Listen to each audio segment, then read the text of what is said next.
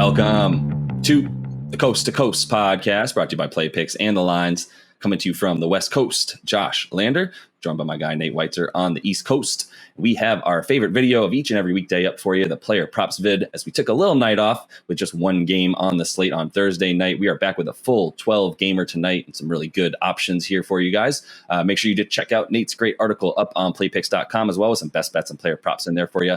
And like and subscribe to that page, as we got those other couple videos up for you today, including a couple game videos that'll be pretty fun. And as always, make sure you're checking out thelines.com as well for that props tool that we have. Make sure you're finding the best odds available on all the NBA player props out there today. And also check out the line, play.thelines.com, where we are giving you guys an opportunity to win a $25 Amazon gift card if you head there. Check out those NBA Daily Pick'em challenge that we have there up for you. If you get every single one of those picks correct, we will get you that $25 gift card. So have some fun with that the rest of the season and into the playoffs. And as always, if you do still need a FanDuel or DraftKings account, head to fdpicks.com or dkpicks.com and find those listings in your area, such as what we've got for tonight's play props. Nate, let's get into it. Yeah, we took the night off, but Bay made us proud with a career high 51 on a one-game slate where the NBA just paid homage to college and only put the Pistons Magic on there. But we have lots of games to choose from tonight. A game I'll be interested to watch at the nightcap here.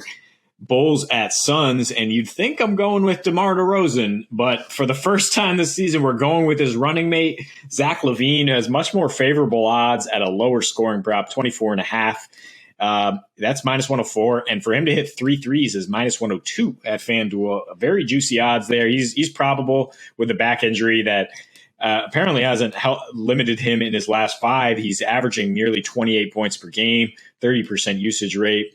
At a 118 offensive rating. He scores more on the road than at home, 26.5 on the road with a higher usage rate, plays more minutes because the Bulls are not as good. And in their last 10 road games, they're giving up a 120 defensive rating. The Suns sporting a 124 offensive rating since Devin Booker came back 5 games ago. So that total at 231, I do like the over along with the Suns, whether you want to tease that or parlay it. But I expect LaVine and DeRozan to do their thing again. The last time these teams met, they combined for 70, with LaVine getting 32 in a 127-124 loss. DeRozan will get another helping of Mikal Bridges, who will be all over him tonight, whereas LaVine gets a much more favorable matchup, whether it's against Booker or Campaign or whoever else is going to be thrown at him. And so I like the threes a lot. In his last 8 road games, he's shooting over 40% from deep, hitting 3 per game. So read that average and just had 5 against the Jazz on Wednesday, a very good 3-point defense. And the Suns are giving up nearly 15 threes at a 39% clip in their last 3 games. Their defense not as consistent without Chris Paul recently, and they've gone over in 4 straight. So yeah, like a lot of points in this game, and LaVine to do his thing. Since the Bulls aren't stopping anybody, they're going to have these 2 guys go off. Yeah, for sure. I like LaVine tonight as well. Like you said, DDR's props getting back up there. There's only one Mikal the Destroyer who can defend only one of them tonight in Mikal Bridges. So I think he's definitely likely to handle DDR, as you mentioned. And this is a good opportunity to find Zach LaVine and zag a little bit on all the zigging we've been doing with DeMar. So I also told you recently it was time for us to start revisiting a favorite from last season, Julius Randle, who was undervalued last season as he had a breakout season. Obviously not the same year so far, but he has been a lot better as of late, and the Knicks are taking on the Wizards tonight, a team that Julius Randle does enjoy playing against. I mean, in his last 4 versus them back to last season, 24 points, 10 boards, and 3 assists in that time frame. We are looking at either his points at 24.5. You might consider his points and assists at 29.5, as he's been getting a good amount of those at about 5 or so lately. So in his last 5, Julius is up to 31 points a game, 8.5 boards, about 5 assists really on a 34.5% usage. Got that efficiency way up to an 121.5 offensive rating in those last 5 as well. So feeling really good about the turnaround that he's made.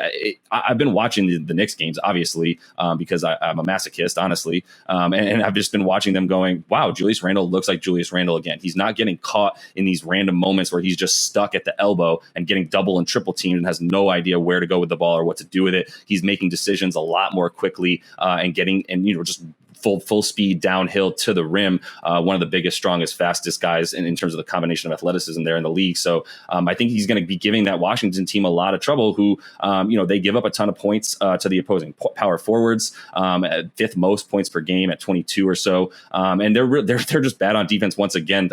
Luckily, we can take advantage of this Washington defense that we've been waiting for them to go back down to exactly what we think they are. And they're dead last in defensive efficiency over their last three, and giving up about 55 points per game in the paint, which is good for bottom five there in the league as well. So I think this is a good opportunity for Jay Randall. Like I said, 24.5 points at minus 110 at DK. I'd feel fine just taking that. As I mentioned, 31 points per game in his last five. But if you want to add the assist just because he's been diamond a bit, cool. But at DK, you can get minus 110 for just those points, which is a bit better money for you and some juice back for you. Yeah, at home the scoring has dipped a little, but the assists are way up. And Washington dead last in defensive efficiency overall. So there is a case to be made for the assists here.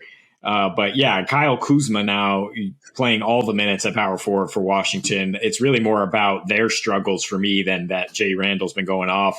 Although, yeah, he did capitalize on a great matchup against the Kings recently. And he had 23 against this team in December when Kemba went off for 44 with a huge usage rate, and Kemba's no longer in the rotation at all. So it's more about Randall and his usage rate tonight as the Knicks look to beat a very beatable team. Obviously, we're going to look at this Pacers-Rockets game for some player props with the two teams that are 30th and 28th in defensive rating over the last 2 weeks here. Houston giving up the most points per game in the league on the season, and that is up to nearly 120 since the All-Star break.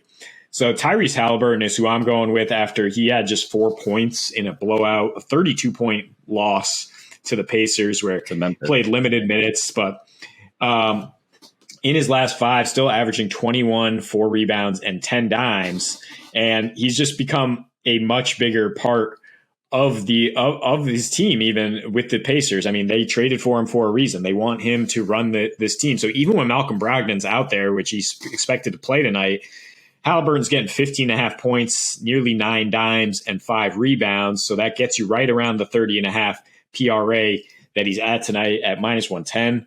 I think, there should be tons of stats to go around tonight, tons of assists to get against a Houston team that allows the third most assists per game in their last five, third most fast break points, any stat you want, they give it up. But it's that Halliburton's role has spiked so much, his assist rate up from 31 to 37.5% since moving to Indy, and the usage rate up to 21% as well. So he should have the ball in his hands a lot tonight in a game that's, again, has a 242-point total.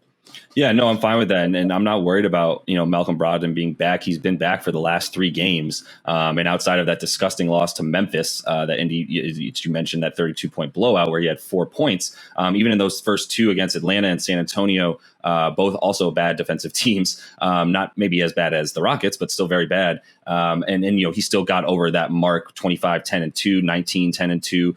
So he managed to get that prop even with Malcolm Brogdon. I don't think he's going to eat into his minutes or his usage or his stats tonight. So I love Tyrese in this one where you're going to see a lot of up and down. I would love to take the fastest guy on the court tonight in Tyrese Halliburton in that case. So lastly, we got to go with the Joker. We mentioned him in the video with the Nugs and the Cavs. 24.5 points is just too low. I mean, the other stats, 46 points, rebounds, and assists is also feels a little bit low. The only thing that doesn't feel low is the points and rebounds, or rebounds in general, which are at about 14.5, which is not ridiculous for Joker, but it's the only one that seems to be a little bit higher than we'd like. But 24.5 is too low for him. I mean, in his last 7, he's played 7 of the last 8 games for the Nugs, and in those 7, 30 points per game, shooting 62% from the field. Like we've mentioned a couple times, he's just doing incredible things all the way around the rim and in the paint in general. He's got a 34% usage rate in that time frame where he's scoring 85% of his 30 points from 2-point and 61% of those points from the paint. So that's a ridiculous